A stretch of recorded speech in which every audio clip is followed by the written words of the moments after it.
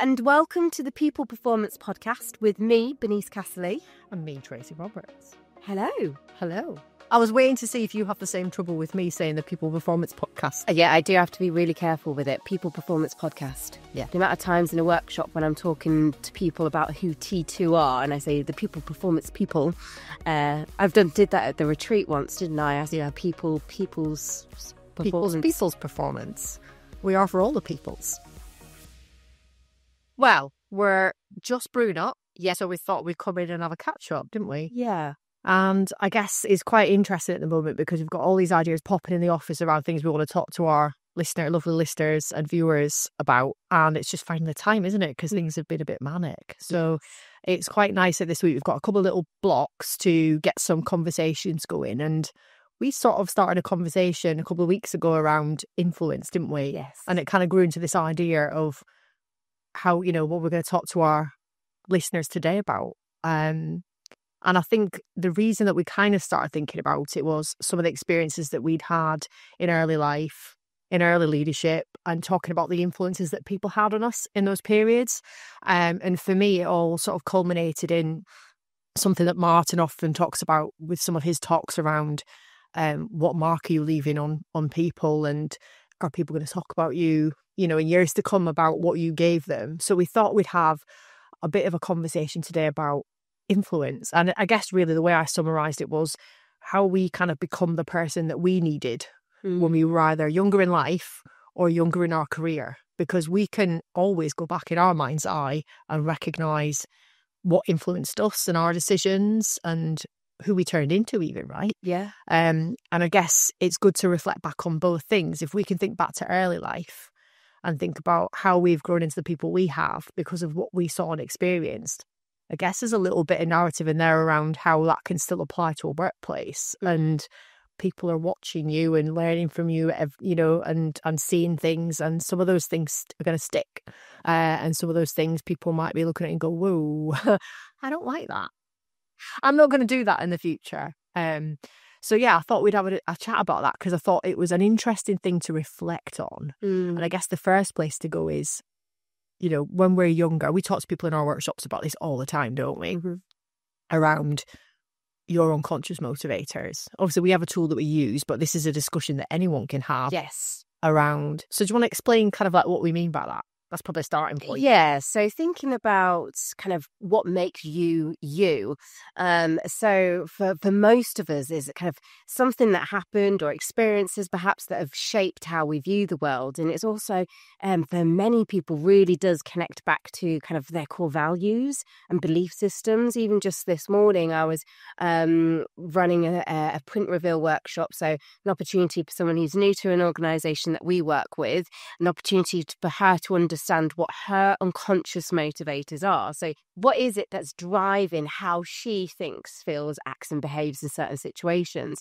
And as we were kind of going through this discussion, really exploring what it looks like to her, so reading through the report, it was an opportunity for her to actually pause and think, gosh, you know what? I think for me, a lot of the reason why I am the way that I am is due to upbringing. She had a very similar upbringing to myself. So she had parents, religious background, quite strict, and even just certain things that had happened to her have actually shaped her. And that now influences the role that she's in as well and what she does for work. Very interesting. I don't think people ever take the time to really think about that. And one of the things I like about having this discussion, and of course, we have a tool that helps us help other people understand this. But in reality, the tool is really, really useful. Yes. But I think a lot of people can probably really connect with their unconscious motivators by just going through a values exercise for themselves and thinking about the things that are important to them and maybe even reflecting back on their life timeline a little bit. Yeah. And I like that bit when I have that discussion with anyone, whether or not we're using a tool or not, because I do think, as you said, she's made that connection straight away with the influences and the experiences and how they've helped shape, I call it her lens, like the way she sees the world. And some of those things that we experience in life are either going to make us gravitate towards something or run away. And that's the way to think about it. So for some people, they had a really kind of nice, I think nice is the right word, nice, uneventful childhood, and had freedom and were able to make their own choices and had what they would classify as positive role models in their life, and they were guided in a certain direction. And, you know, the way they see the world following that is very specific to them for that reason. Other people have gone through a lot of drudgery in their life. They haven't necessarily had positive influences, or they've had influences, but they've not been great. And they've had to kind of make their way in the world and figure out what it is they don't like about that and what it is that they don't resonate with. And for some people, they become that. And for others, they go, hey, listen, now I've saw that or experienced that. I don't want that for myself or others. And I think for a lot of people, just sort of connecting with that and then connecting with how you see the world. So, you know, for some people, there's big words that pop out. I mean, one word that pops out for me is respect. I don't know why, but I think maybe because of the way I was brought up, I was sort of brought up to respect people, respect others, respect adults. Which in some cases was probably the wrong thing to say, because now we understand the world slightly differently. We kind of think of it as you respect someone who deserves respect, you know. But for me, I think I was brought very much up to make sure people feel respected by me and that I respect what I have as well. That's the other thing I would say. So I think a big word that popped out to me was that, but that was due to my upbringing. And the other thing that I think I kind of connect with there is that not having a lot when you're younger, it makes you see things very, very differently to, say, someone who had things in abundance. Yes. Not in a good or a bad way, just in a very different way. And for that reason, again, it just shapes how you treat people and how you know, the things you... So, for instance, if someone isn't respectful around me, that instantly puts me into, I guess, our language would be shadow behaviour. So I maybe wouldn't be showing up in my best self. I'd maybe be irate, for want of a better word, and agitated. And I think I very, very much connect with that action or behaviour for me being connected to how I see the world from being a very young person. And also the backlash of not having that respect, I guess, is in there as well, isn't it? And I guess because my sort of journey went into going into the military as well, I think that was a big thing. So I'm just picking one word out there because there's a whole heap of words I could pick, but I definitely, just doing that values exercise, can think, you know, some of the other words that have come up for me have been like discipline and accountability and integrity. And I guess they all kind of link into the same thing, and doing the right thing, say, you know, having respect for people and all those things. And I definitely think it shapes the way I view people. So if I get the opposite, I definitely respond not too favourably. Do you make some connections with that, and how you... I think two words that have always connected with me are, I think, freedom.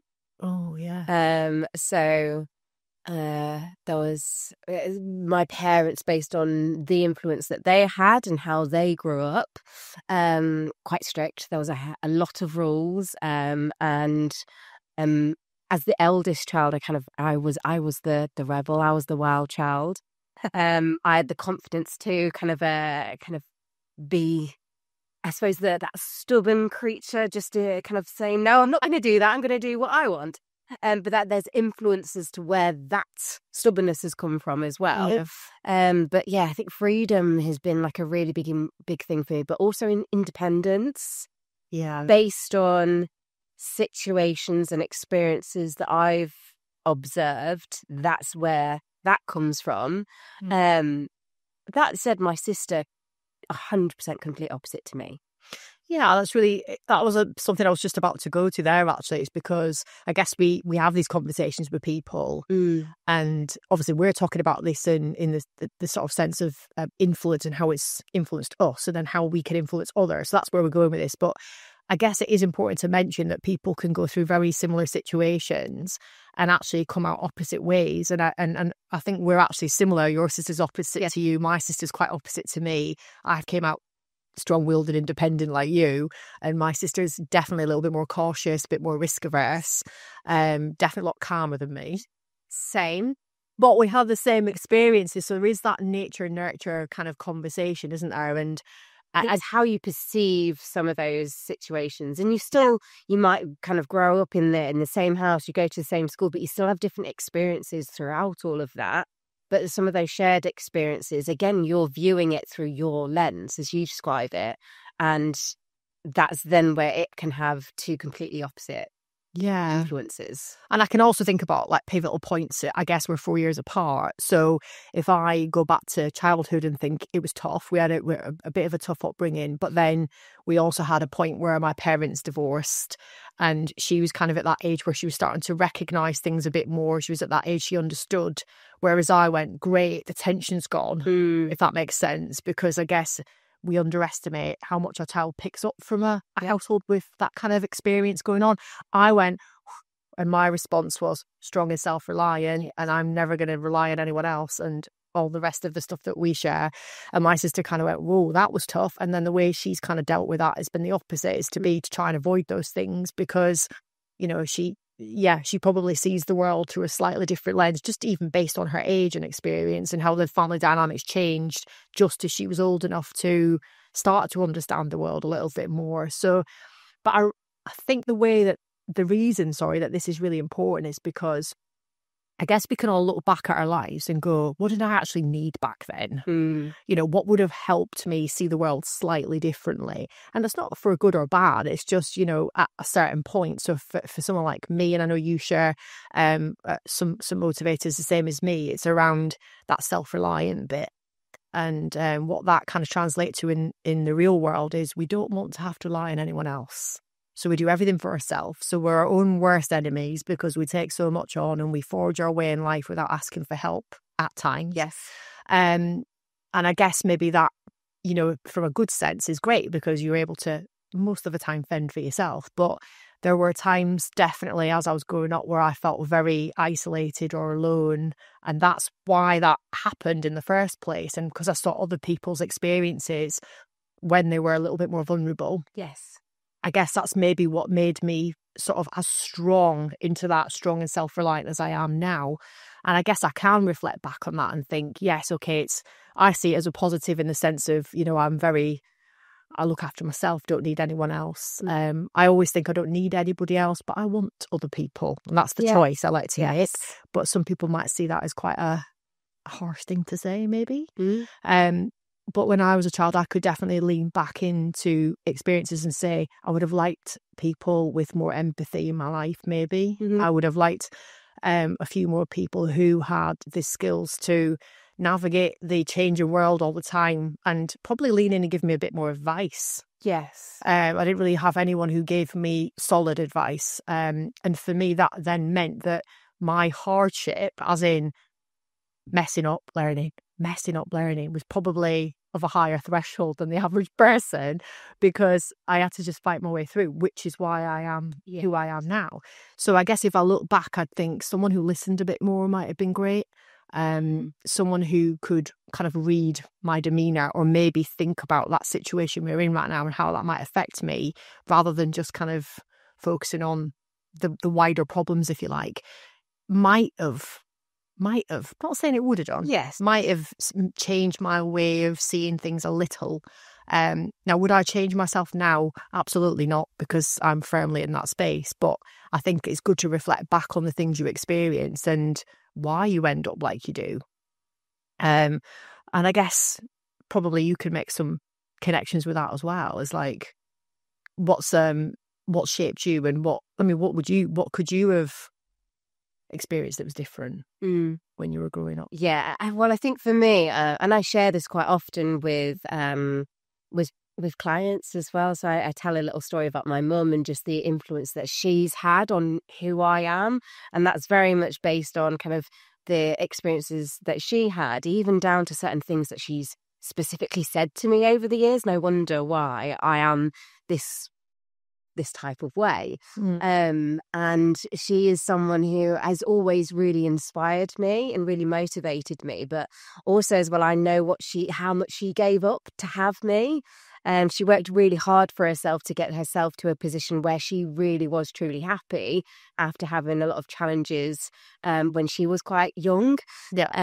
And she had postnatal depression after my sister was born as well. And so some of my memories are kind of her during that time really kind of difficult having two kids and there's not a big age gap between my sister and I. And I think I almost felt as though I wanted to like protect my sister from some of that stuff. Yeah. Like my mum always jokes that my sister was really late to walk. She used to kind of shuffle along her bum all the time, never crawled, but she never needed to because I would always put all of the toys around her. Oh, there's so many pictures of my sister, this cute little kind of baby in just a ring of toys, and it was all everything that I put around her, so she never had to move anywhere to get anything. That was a protective nature in you from a very young age, So I would have been 3, 4. Yeah. At that age. But it wasn't until I was in my teens, my mum turned around and said, "You know what? You're old enough to cook and clean. You don't have to rely on me. I'm going to do me. For the first time in however many years, I'm going to do what I want." And I would have been probably 14, 15. My mother went to uni to do a dance degree. How embarrassing when you're 15 years old and your mother is doing a dance degree with people who are only 2 years older than you are. Do you know what? I think when you first told me that, it did make me giggle because I just thought, I get it. Because I can see your slightly kind of zany side sometimes, and I love that. And I think if you've got someone who has got that approach to life, enjoy life, be happy 100%, then that's gonna rub off, isn't it? But you can also see how some people respond the opposite. Yes. And go more rigid as they get older because they feel they had too much freedom and actually can actually focus. It's to you've kind of managed to find this balance because you've definitely got a streak of very rigid, very organised, more so at work, I would say, but you have got a very kind of open kind of view of the world, which is brilliant. So I guess you can kind of balance both those things up. But yeah, that's mad. Yeah. And I think something that I've always taken influence from her is just do you and do what makes you happy, because she never had that option or choice when she was younger. So when it came to, I was elder child, so told the option wasn't that you're going to university. It was a case of you are going to university. Oh, really? Okay. So, and even down to that, the choice in which what I wanted to do versus what other family members wanted me to do was quite different. And it was my mum who turned around and said, "Just do what you want. Don't care about what anyone says. Just do what you want." So she did a dance degree. I did a drama degree. Hello, darlings. Of course you did. To the shame of my father. This is the thing, and even now, so I often share with people. So I've recently found out my mother's unconscious motivators, and she just has this deep kind of purpose and connection behind anything and everything that she does. And she lives in the countryside. She's got all of these different plants and flowers in her garden. She cuts them, dries them out, puts them in what I call the witch's cauldron. So a ginormous big tank in her kitchen, dries my dad bananas because it just takes up so much space. And she creates dye from all of these plants. She dyes Yorkshire wool, sells it, or makes something. And I think, my goodness, where does your brain go? But she does exactly what she wants, and that's had an influence on me. That comes from her, not from the drudgery that she experienced in her aunties. So you got the flip side of that, which I guess in some ways was great because you got that freedom as a young woman to make decisions and actually be cheerleaded a little bit in that as well. And I guess for some people that can be quite scary because for some people the guidance is actually important, and I think if I think back to my own experiences with that, I think I probably got the other side of that. I got the extension of the bad experience as a child, I got this is what I had to do. Yes. So you have to do this too. And I think maybe that's where the difference lays sometimes. And I guess from my perspective, that's an interesting way to look at things because ultimately it's about how you take that and pay that forward again. Yes. So for a lot of people, when we're talking about these things, we're saying, so do you take this and use it as a catapult into something, or do you use it as something that it can be a bit of something that can hold you back from time to time? And I guess for me, just linking back to how that then translated into life. I think where we're going with this is there will have been things in your early life that you might have wanted in your life that you didn't have, or experiences. It could have been good, could have been bad. It could have been that I've actually spoken to people who have said to me, I'm actually quite ashamed. Now I've sat with a group of people and shared my experience of growing up. I had a really lovely childhood. Yeah. I had the best childhood. I had loads of lovely people around me.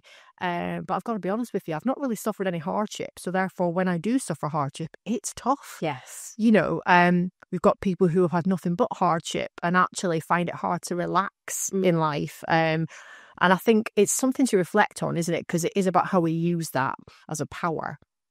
And the reason we're talking about this is if we could have rewound the clock back and said, how could I have, asked for something different, another influence in my life that might have been good?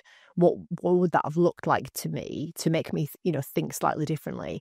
And then it got us thinking about how that kind of becomes part of your inner workings in a workplace as well. Because, for some of us, we're in a workplace quite late in life, so our value system's quite set. But the first job, full-time job I went into was at 16. I was working before then. I was working from the age of 12 in corner shops and delivering papers, and worked in a shoe shop. I was skint all the time because I'd spent all the money back in the shoe shop. Tom would definitely be skint because he just buys lots of shoes. And I joined the Navy at 16. And that then became my parent, if you think about it. So I was already kind of going a certain way and my value system was pretty well set. But then I went into a disciplined service. So all that discipline that I've experienced is then extended again. Yeah. Because then I go into a service where it's, yes, you'll do what you're told. There's a space for you to be quite, I guess, your own personality. But in situations where there's work involved, you've got to do what you're told. And I think that probably did just, I don't know, add to those unconscious motivators in my value system already. And it's no great shock that when some of the words pop up in some of the reports we do around discipline and integrity and accountability and all those things. And it does make me think that those early years in leadership definitely solidified some of those things for me. But for other people, it can change them.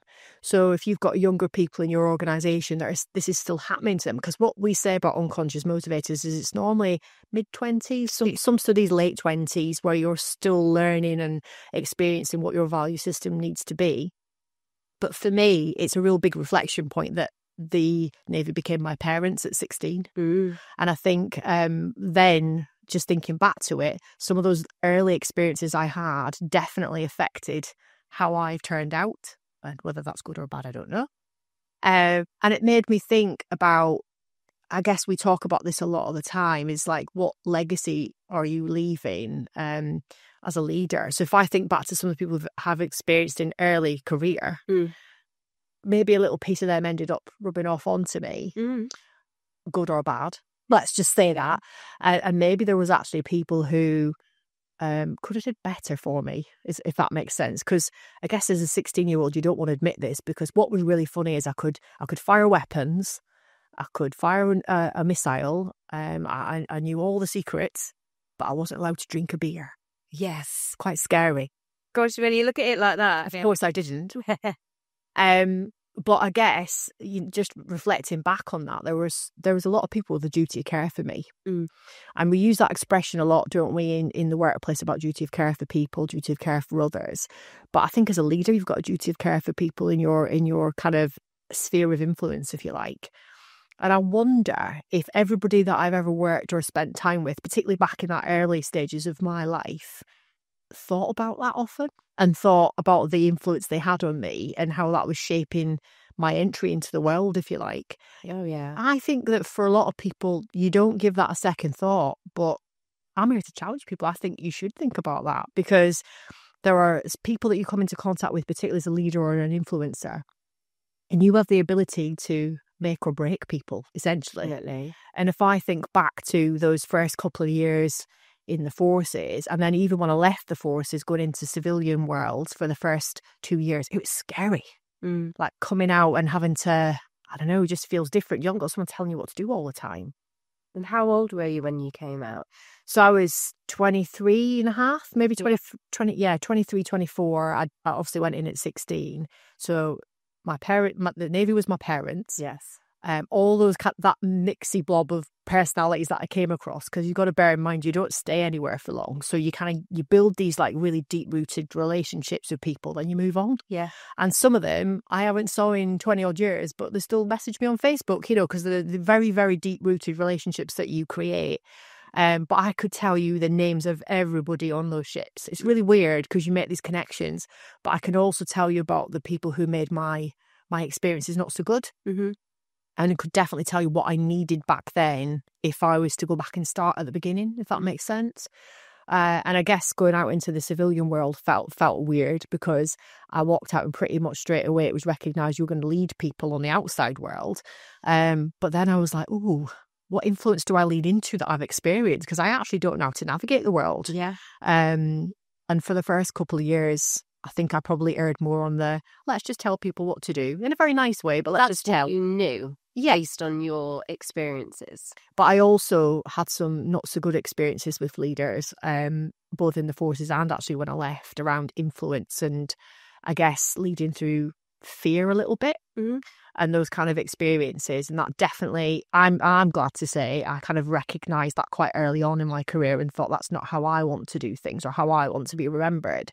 But hadn't I been as mindful, that definitely could have paved the wrong way for me, if that makes sense. What about you when you first went in? So if you could go back to like your first influencing job, I guess what we're trying to say here is thinking back to what influence people have, like what would have been good for you back then that people would have given you that they didn't? Well, I think a little bit differently. I think because for me, I think I've been blessed with some good managers in the past who've had a good influence on me. Even down to my first job in learning and development. I mean, I would have been 23, 22 when I got my first started off as a trainer, but even just the hiring process, that person had to really jump through hoops just to get me, just because of contracting issues and rules, and they really fought quite hard to have me on their team, and that was a real big it was quite a shock, really, the fact that they'd gone through all of these different challenges just because a piece of paper said that I couldn't have that particular position. So that was a real big shift for me. It kind of gave me a lot of kind of belief in myself because I had so much support behind me. But then I suppose as I progressed in my career, again, I had in my first consultancy position a really good kind of champion for me as well. And I think that really did boost me because perhaps that level of care and support is something that I've not always experienced in all aspects of my life in the past. God, yeah. So that was a really big shock. And I think, and I'm so grateful for those two particular people because they really did have such a positive influence on my career. That's such a good way to look at it, because I was just thinking there, as you said that, maybe that's what made my vision so, well, what I thought was so clear when I left the forces. I'd been so used to being told what to do my entire life. Does that make sense? Yes. So it was always, this is expected of you, even as a kid. You must do this. You'll have to figure it out yourself. You'll have to do this. And then there was that kind of, I don't know, that having to figure out that ability to morph in different situations and kind of communicate with different people. So I think that was quite a lined up thing. But now I think about it, when I first left the forces, maybe that's what I was looking for. I was looking for who's going to tell me what to do now, you know. And I guess, like you, there was a couple of people who very early on I sort of followed because I thought they're very like the people I've just been experienced as my leaders. They're just telling people what to do, and they're, I guess, hierarchical in the way that they approach things. And then I think I came to a bit of a turning point where I actually applied for a job, a promotion, and I thought I'd have no chance getting this job at all. And this is maybe just talking about that leader that had an impact on you. This is where my turning point happened, because I remember applying for it thinking, probably not going to get it because my opposite number's been here longer. They're always sat in there having a coffee with that person who's doing the recruiting, and I tend to walk in the office and this person asks me a question and I leave the office and I'm like, what? He's not even like interacting with me at all. And I used to leave that office and be really annoyed because I used to think, why don't you want to sit and have a coffee with me? Yeah. You know, do I need to like start making pleasantries here? You know, because I'm not used to this whole touchy-feely stuff. And funnily enough, I got the job. And when he told me I got the job, I said, why? Because I was really confused. And he was like, I'll be really honest with you. You are such a hard worker. And he started to reel off this list of, I don't know, experiences he'd had with me. And he said, all the stuff that you're really good at, like, you know, doing things yourself, strong and self-reliant, figuring things out, connecting with people. He said, you'd walk in the office, you'd ask a question. And I said, yeah. And then you'd give me a question back. And he'd go, yeah, what was I doing? And I'd be like, oh, okay. So what you've been doing for the last 12 months is making me feel like you've got no interest in my life. But actually, you do have an interest in my life because what you've been doing is coaching me. You've been accepting the fact that I am so used to being like strong and self-reliant, if you like, and doing things for myself. But you also know I need guidance, and I'm not necessarily going to respond to mollycoddling or the softer side. So you've been challenging me for the last 12 months. And you're right, I think I had a penny drop moment there as well, because I thought you can actually be really, really supportive and assertive at the same time.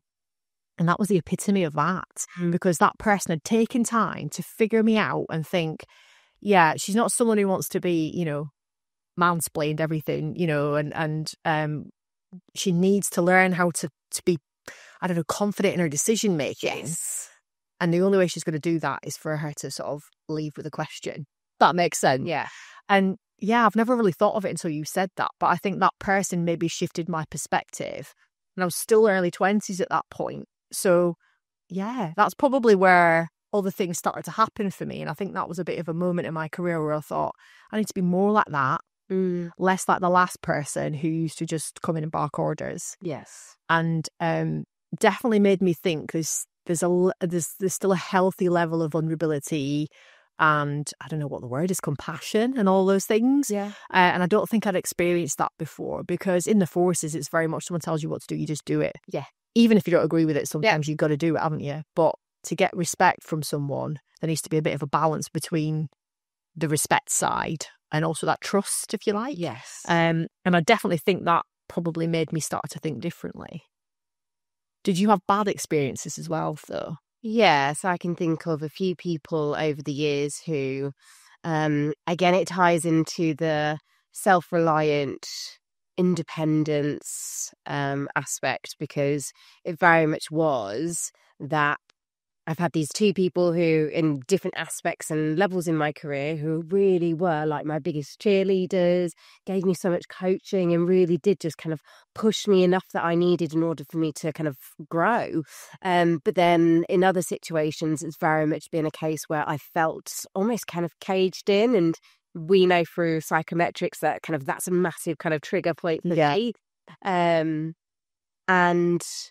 if I think about how they made me feel, I think that's something that's so key. Someone said to me years ago, people rate experiences based on how they're made to feel, not what they're made to do.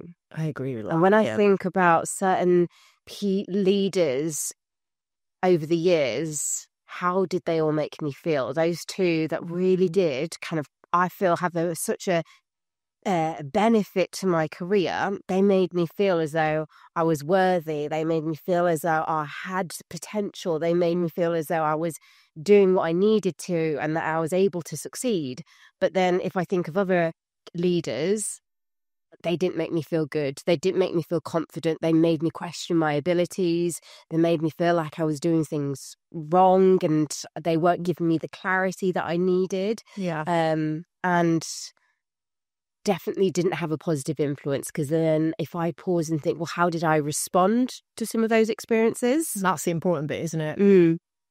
And you can feel like you're being unpicked a bit by the wrong personality as well, can't you? As well as observing someone's style, because obviously we're all going to have our own style, but and I guess the point behind this is that you're going to naturally kind of feel a warmth towards those leaders or influencers that kind of maybe even share some of your value system, which could be that could be part of the equation. It could be that there's a little bit of similarity in the way you see things, and it might not be quite the same word. It might be you're full of empathy, they're full of compassion, but it feels close enough. It could be that, I don't know, I'm just thinking about confidence and self-efficacy. There's a difference between the two, but the right leader can make you appear like you've got confidence by boosting your self-efficacy, by giving you that behind the scenes support to make you feel like, yeah, do you know what, I can figure this out, you know. And I think that's what that leader did for me. He observed my, I don't know, self-reliance, if you like, and found a way to keep that within me, not take it away from me, and not come and you know, take me through stages step by step and make me feel stupid. They gave me the confidence to go and try those things. And then I'd probably fail a few times as well, and they were okay with that. But I think, yeah, it's an interesting thing to think about, isn't it? Because quite often we will gravitate towards people of influence that share our same values, or maybe there's something about them that we can really connect with. But then equally, it could be the thing you're missing.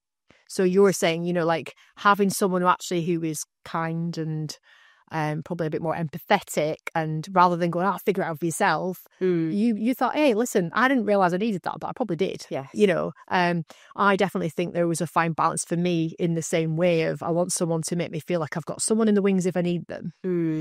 But I'm not going to be micromanaged either. And I think that's probably, we're both quite similar like that, aren't they? If I've got someone in the wings, I feel good about it. Yes. Because I go, yeah, someone's got my back here.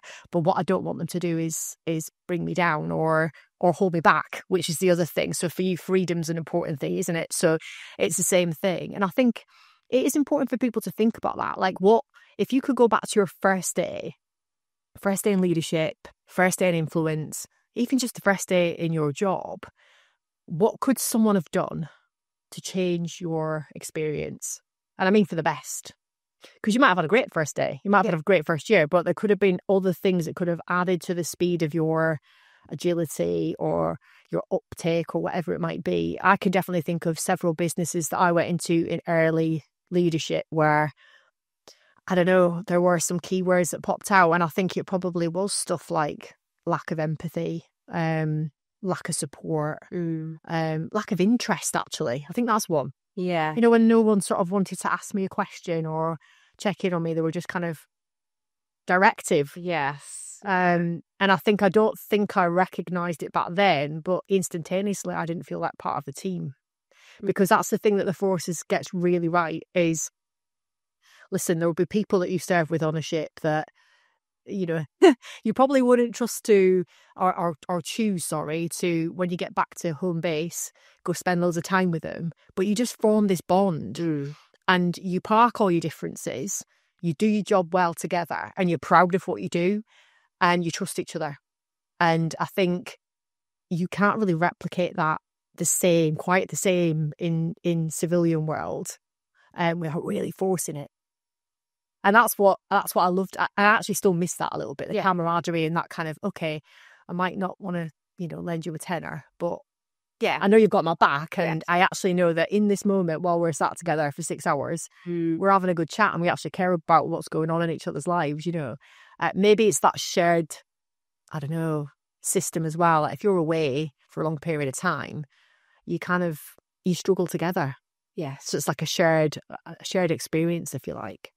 But I think it's important for us to relate on that. And the reason we're kind of like talking about both things is you can think about what you missed or what you really needed as that child growing up, that curious child. And you can think about the stuff that shaped you or the things that were missing. And then apply that to the real world now and think, as a leader, as an influencer, as that person in the business even. Because what I would challenge is there might be some people listening to this podcast now that actually are still in that early career and they're going, do you know, you're probably right. I haven't really thought about the influences and the voices around me. And, you know, do they align with my value system, or what am I missing? Yes. So it might be, you know, I probably do need someone who has got a little bit more directive nature about them. And I probably do need someone to lean in from time to time and say, yeah, you were a bit harsh there. Or maybe you should think about this. I'm not saying all the time, but for some people that's important. Maybe they've got too much freedom and they need a little bit of structure. Other people have had too much structure and they need someone around them that encourages freedom and mistakes and learning as you go. Some people, you know, love a leader who's soft and caring and does all those wonderful things, like draw all those nice attributes out of you as well. And others are actually like, I'm okay for that. But what I would really like is someone who can help me be a little bit more middle of the road with my decision making, actually, and take the emotion out of things almost. Yeah. So I think it's important to think, if you could go back to the beginning, what would be different for you? But also, what can you do to influence people now? Because, and I think Martin talks about this a lot, doesn't he, about who's going to remember you in 20 years? Yes. Who's going to talk about, you know, the experiences they've had with you, and what's your legacy going to be? It's an important thing to think about, isn't it? Yeah, because that's so often, I mean, we've been talking about it today, and I think for everyone who's either watching or listening to this, they can immediately think of that one person who had such a big influence in their life, whether it be positive or potentially negative. But then it's a case of, yeah, as you say, in 20, 25 years, are people going to be looking at you? And what influence do you have? And it's so easy in today's world. It's so fast paced that we just respond and react to everything that's going on around us. But every interaction that you have with someone, what influence is that having? And actually, is it a positive one? Yeah, and I guess that swings it back to the darker side of things, is like when we're not showing up in, I guess, our languages, our best self, like when we're not as conscious, if you like, then that has an effect too. Definitely. So we've got to think about how we can maximize sharing our, you know, the good side of what we do, but also be conscious of the fact that, go back to your childhood, like the things that you saw and experienced that put you in drudgery, that you didn't like, that didn't align with what you the way you saw the world, then that does have an effect. So we've got to think about the actions and behaviours that we exude and how people can pick up on that. And I think that's important, because some of the stuff that you do that's brilliant, someone's going to grab hold of that and remember that, you'd like to think, and pass that on. But some of the stuff that you do badly, or you're not as conscious, then people create that in their head as their narrative of you in some situations. And that's, maybe you'll be the butt of the joke in 20 years. Yes. But also, I guess some people learn from that as well. And they think, I know there's several leaders that I can think of. I can think of their faces straight away, just talking to you now, that if I was to really sit and think about it, I go out of my way to lead the opposite way to them.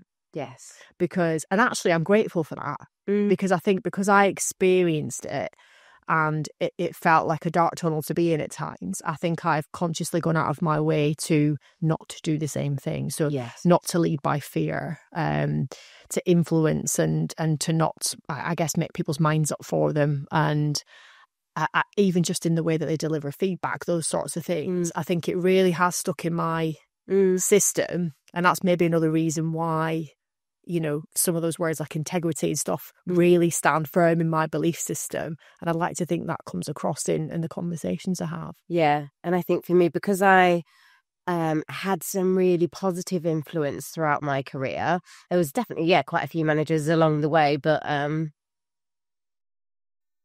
those two that really did stand out. But then when I was faced with a leader who perhaps didn't have a positive influence on me, I think, again, I'm so thankful for that, because I wouldn't be me today if it wasn't for that. I wouldn't be where I am today if it wasn't for that experience. And it was a really tough period of my life, and I had a lot of external things going on that was influencing all of that, plus this kind of situation in work at the same time. But I wouldn't change it. But I guess we're able to take that and reflect back on that now, aren't we? And what we're, I guess, trying to help the viewers and listeners think about is actually, can you stay in your best self for people? And can you use your values, your attributes to the best that you can for yourself and others? You know, be that person that you needed. That's how I see it, is, you know, if you've got an opportunity to influence, that's not something to be taken lightly. That's a big duty of care on someone.